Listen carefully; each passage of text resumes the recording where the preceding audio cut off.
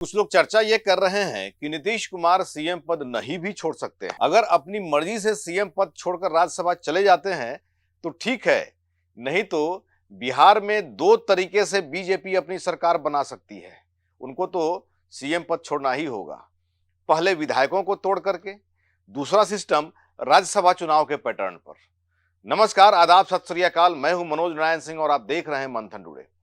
मुख्यमंत्री की कुर्सी की विसात पर जेडीयू और बीजेपी अपनी अपनी चाल चल रहे हैं, अपने मोहरे बैठा रहे हैं।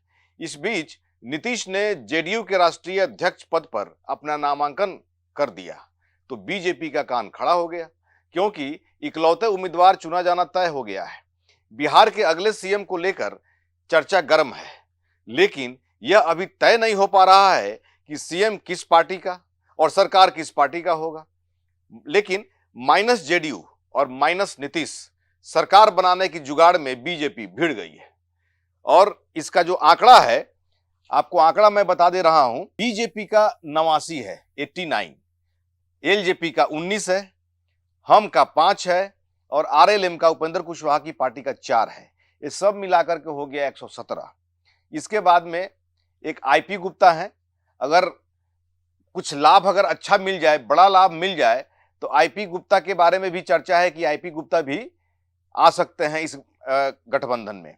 तो आईपी गुप्ता का एक, कांग्रेस के जो बागी जो उम्मीदवार हैं वो जो है 3 विधायक हैं, तो 3 इसको जोड़ लिया जाए और एक बीएसपी का, बीएसपी के भी जो है अगर अच्छा लाभ मिले तो बीएसपी भी जो है चले आएंगे। तो ये सब मिलाकर के हो गया 122 सरकार बनाने का ये जो है मैजिक आंकड़ा है ये। तो वैसी स्थिति में आंकड़ा जो है का जो खेल अगर है तो उसके मुताबिक अब पिछले टेन्योर में भी देखा गया तो जमा खान तो बीएसपी से आए थे, लेकिन उनको मंत्री पद मिल गया तो जेडीयू में शामिल हो गए। अगर यहाँ भी मंत्री पद मिल जाएगा तो आईपी गुप्ता बीएसपी को आने में कोई दिक्कत, कोई गुरेज नहीं होना चाहिए, नहीं होगा। चर्चा भी है, लेकिन 2 तरीके से बीजेपी की जो सरकार बनने जा रही है, इसमें पहला तो है कि विधायकों को तोड़कर या गठबंधन बनाकर। कांग्रेस के 3 बागी विधायक जो राज्यसभा चुनाव के समय में बागी हुए थे, वॉकआउट किए थे, मतलब कि एब्सेंट हुए थे, गैर हाजिर हुए थे, उनका भी बीजेपी में जाना तय हो गया है। बीजेपी के कहने पर ही तीनों विधायक, और ये तीनों विधायक फारबिसगंज के मनोज विश्वास, वाल्मीकि नगर के सुरेंद्र प्रसाद कुशवाहा और मनिहारी के मनोहर प्रसाद सिंह राज्यसभा वोट से एब्सेंट रहे। ऐसी चर्चा है कि बीजेपी के कहने पर जो है ये लोग नहीं गए, जिसका सीधा फायदा बीजेपी को मिला। बीजेपी उम्मीदवार शिवेश राम 5वां कैंडिडेट थे। एनडीए के 4 उम्मीदवार निर्विरोध तो थे ही, शिवेश राम वोटिंग से जीते। इस 3 कांग्रेसी विधायक का साथ नहीं मिलता तो क्या शिवेश राम जीत जाते? नहीं, वो लटक जाते।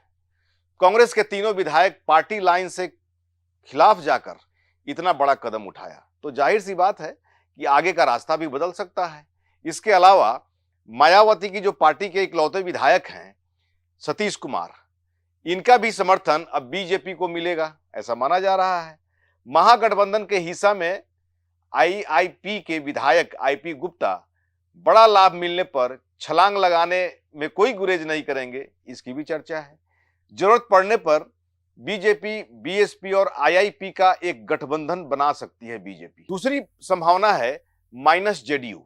इसमें विधायकों को गैर हाजिर कर, जैसे राज्यसभा चुनाव में बीजेपी को फायदा पहुंचाया गया, वैसे ही अगर बीजेपी सरकार बनाना चाहेगी तो फ्लोर टेस्ट के दौरान उसे 10 विधायकों को गैर हाजिर करना होगा। यह बीजेपी के लिए कोई मुश्किल काम नहीं है। जब राज्यसभा चुनाव में महागठबंधन के 4 एमएलए को गैर हाजिर करा सकती है जो पार्टी बीजेपी, तो इसकी संख्या 10 तक क्यों नहीं पहुंच सकती है। अब नीतीश कुमार को यह तय करना है कि राज्यसभा के लिए चुने जाने के बाद बाइज्जत सीएम का पद छोड़ते हैं या इन 2 तरीकों से बीजेपी को अपनी सरकार बनाने का मौका देंगे। नीतीश कुमार जिस तरह से चाल चल रहे हैं, इस पर अमित शाह की गहरी नजर है। कहा तो ये जा रहा है कि नीतीश कुमार का राज्यसभा नामांकन के समय मेज पर रखा जो 2 पेपर था, उसमें से एक पेपर को नीतीश ने देख करके पढ़ा और उसी समय दूसरे पेपर को अमित शाह ने अपने पास रख लिया।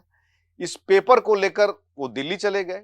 चर्चा हो रही है कि आखिर ये चर्चा अभी तक हो रही है कि ऐन मौका पर अमित शाह ने पेपर पढ़ने के समय में नीतीश कुमार के नामांकन के समय एक पेपर को खींचकर अपने पास रख लिया, पीछे दे दिए थे, और कहा यह भी जा रहा है कि नीतीश कुमार सीएम पद से इस्तीफा देने में जरा भी अगर आनाकानी किया उन्होंने, तो यह रहस्यमय पेपर गूल खिला सकता है।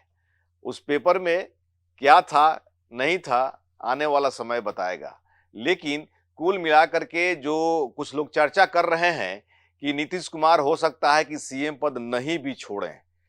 बीजेपी अपनी सरकार बनाने के लिए आतुर है, बेचैन है, और इसलिए बेचैन है कि बंगाल चुनाव होने वाला है, तो एक बंगाल को मैसेज भी देना है कि बिहार में भी बीजेपी की सरकार बन गई। तो वैसी स्थिति में बीजेपी बेचैन है कि बिहार में बीजेपी की सरकार बने, और जिस तरीके से जो है अब राजनीतिक पार्टी में भी राजनीति होती है, राजनीति कहाँ नहीं है, तो वैसी स्थिति में पार्टी के अंदर भी राजनीति है, और राजनीति जो है गठबंधन के अंदर भी राजनीति है, और गठबंधन में ये खेला चल रहा है। आने वाले समय का इंतजार करिए, संभवतः 30 मार्च वो समय होगा जो बिहार की सियासत में बड़ा उलटफेर का दिन लिख सकता है।